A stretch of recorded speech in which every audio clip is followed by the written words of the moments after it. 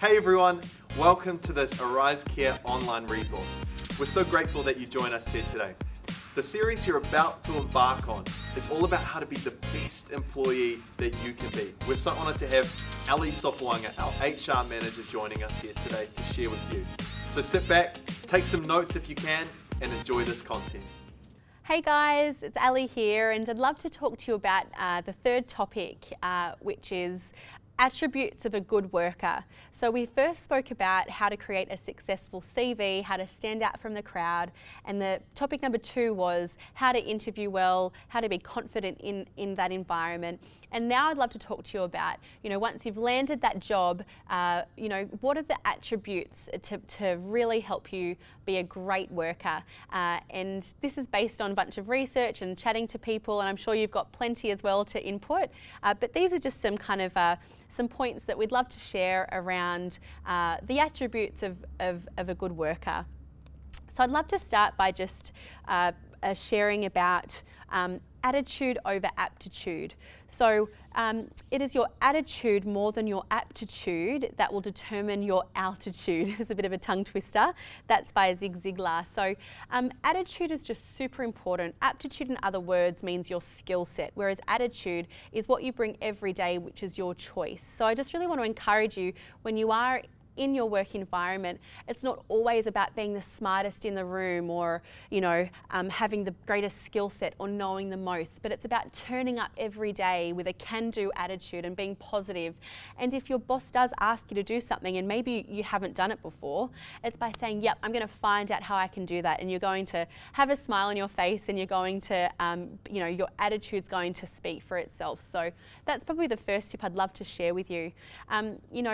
Here at Arise, we've got a few attitudes that we really stand by, and that's by I'll kind of read through our attitudes, and we can go from there. But achievement, initiative, pioneering, resilience, humility, and integrity. So they're the type of, Arise attitudes that we hold really highly here. And so your workplace might have a list of their own attitudes that are super important to them. So just making sure that you're aligned with those.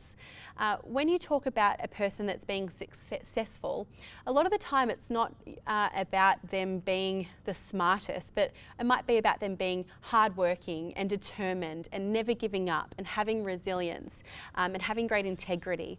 So it's these types of things that I think really, really help you and your attributes of being a great worker. Number 2 would be have a growth mindset. So John C. Maxwell says, the books you don't read can't help you. The seminar you won't attend can't change your life. The business gets better when you get better. Never wish it were easier, wish you were better. So growth happens on the go. It is simple. You're moving towards your calling. Are you moving towards your calling, or are you moving away from your calling? Or are you stagnant in your calling? So which one is you? What is your growth routine? How are you growing? Are you reading books? Are you talking to people that have a great knowledge on a particular topic? I really want to encourage you. A great attribute of a worker is to have a growth mindset. Always wanting to grow and becoming better is definitely a brilliant attribute to have. Okay, number 3, ask great questions. So the questions I think are really important that you can ask yourself are, what do I bring to the table? Or what is one thing I can improve or remove for the betterment of the team? What can you do today that you couldn't do 6 months ago? And what can't you do today that you would like to do in 6 months' time? These are amazing questions that you should be asking yourself, which will enhance where you are from today to where you want to be in the future. Some great questions that you can ask your boss is, how can I help you carry the burden?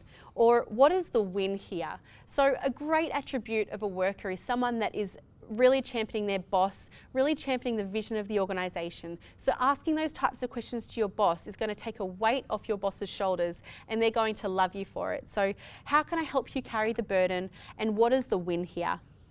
Okay, so I think those are really great questions. Now the next 2 are might feel a little bit hard to ask, but I would really recommend you to also take a moment to ask yourself, how do you let the team down?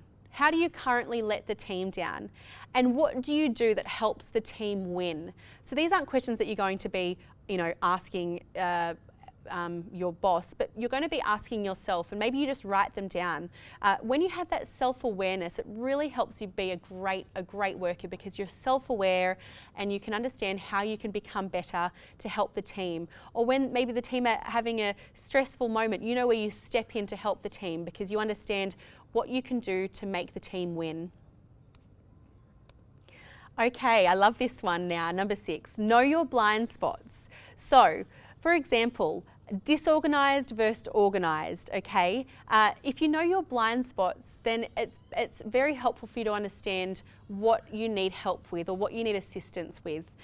You can ask your peers, you can have some peer accountability to ask what your blind spots are, so you understand where the gaps are. Is it administration, or is it when you're under pressure you freeze? Understanding where your blind spots are so that you can have people around you and your team that can back you and help you in those areas.